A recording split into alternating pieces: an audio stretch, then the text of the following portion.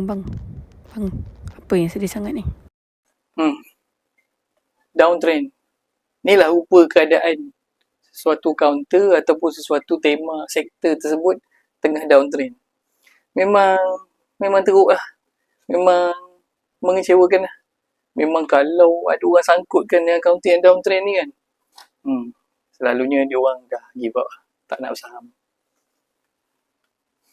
Nak tengok yang downtrend punya? Jom. Ni ke kaunter downtrend tu?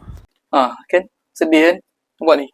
Berturut-turut jatuh ni, terlalu jelas sangatlah dia punya penurunan dia tu. Ya, kecewa lah. Jadi, sesudah saya selalu kan, apa yang diorang buat masa time tengah downtrend ni kan, diorang akan buang lah counter ke atau apa kan, yang tak ada kena-kena. Jadi macam mana nak belajar pasal downtrend ni? Tak payah belajar pun tak apa. Sebab kalau tengah downtrend ni, lagi menambah kekecewaan ni. Tak boleh turun.